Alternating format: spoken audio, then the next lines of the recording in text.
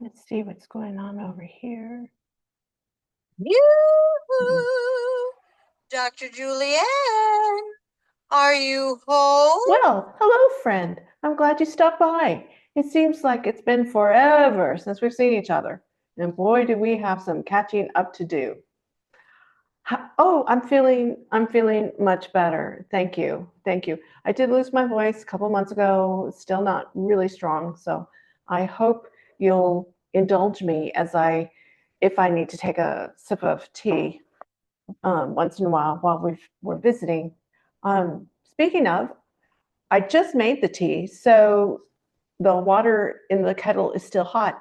If you want to make yourself a cup of tea before we sit down and catch up. I've been thinking a lot about my paternal grandmother lately and how resilient she was.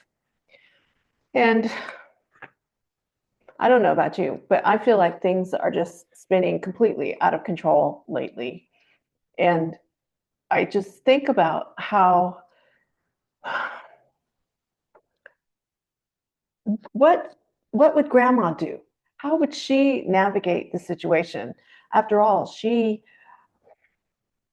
lived through World War One, the Great Depression, World War Two, when the Dust Bowl came along, her their farm blew away, and so they, came out to California and started a new life. And I think about all the other women in her generation and how resilient they were and how they learned to thrive in uncertain situations. And I think things are pretty uncertain nowadays.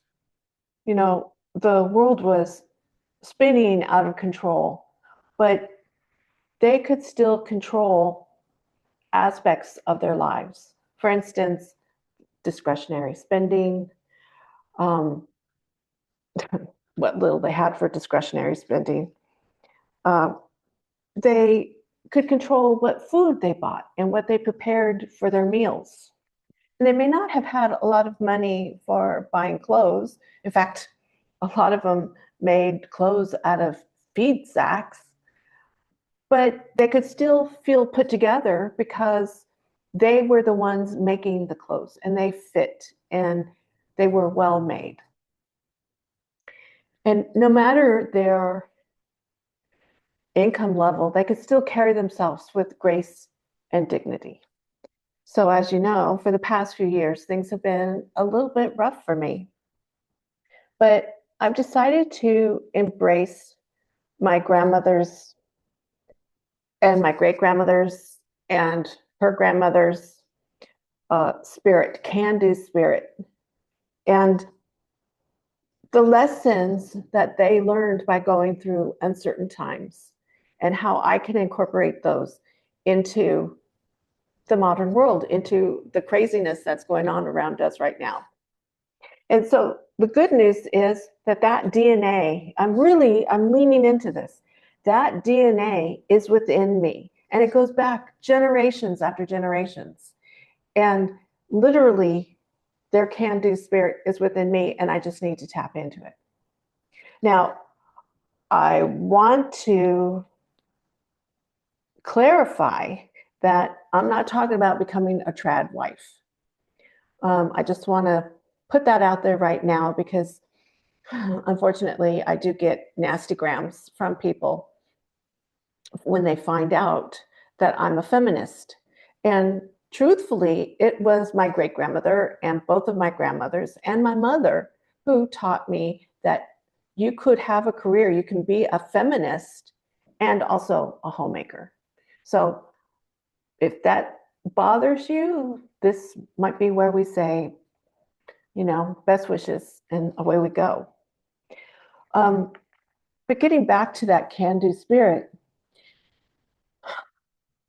when I think about my grandmother, and I rely on my grandmother, the idea of living like my grandmother, because we were quite close. And when I think about that, I realize I'm not alone. Her spirit is within me. That DNA, that spirit is within me. And the spirit of your grandmothers, your foremothers, are embedded in your DNA as well. That's the good news. We don't have to lay on the floor in a fetal position going, oh my God, oh my God, oh my God. I mean, we still may call on God, but you know what I mean. Anyway, the scope of the Modern Retro Woman YouTube channel is going to broaden a little bit. When I first started Grandma Sewing Cabinet, no, I had that Grandma Sewing Cabinet. If you ever listened to that podcast, that was me way long time ago before anybody knew what podcasts were. But when I started the Modern Retro Woman blog almost 20 years ago, my idea was to live like my grandmother in a modern world, to learn those lessons. And over the years, I've shifted and, life has happened. But I want us to go back to that living like our grandmothers in a modern world, learning those lessons from our grandmothers. We're still going to have sewing because I think being able to sew your own clothes is a great way to thrive and not be beholden to whether something fits or not, because we can make it fit us no matter what our size is. We'll also look at budget-friendly recipes that don't take all day to babysit.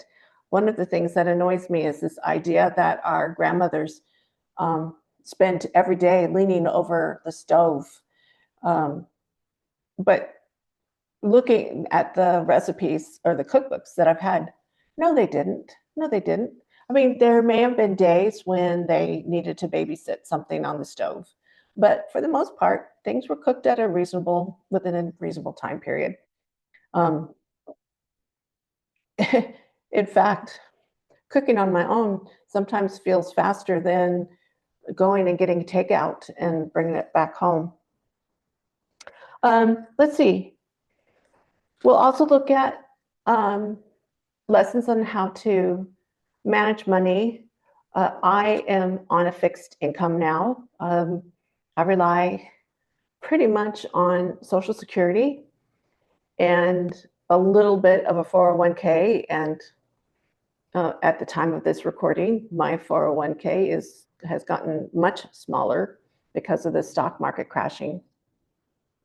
But we'll look at how we can translate some of those ideas that our grandmothers did put into practice, especially like during the Great Depression or during the war when there was rationing, so that they could thrive, that figuring out ways where we can thrive that really don't require a lot of money, right? I think this influencer social media has tricked us into believing that we need to buy everything in order to be happy. And we don't. Let's see, what else? Oh, I know what else I wanted to tell you. The videos on the channel are going to become much more casual, like this video is, and there's going to be less editing. And there's two reasons for that. One is to counteract the artificial intelligence videos that are being put out like crazy by people. I want you to see that I'm real. And the other reason is so that I don't feel like I have to be some sort of expert and give you a tutorial or something like that. And if I don't have to have that mindset, and I've mentioned it in another video, the problem with having had the career I did where I was teaching professors, how to teach, is that I feel like if I have to teach something, I need to be the expert on it. And I don't. I want us to feel like we're part of a community, and I want to share what I am learning with you.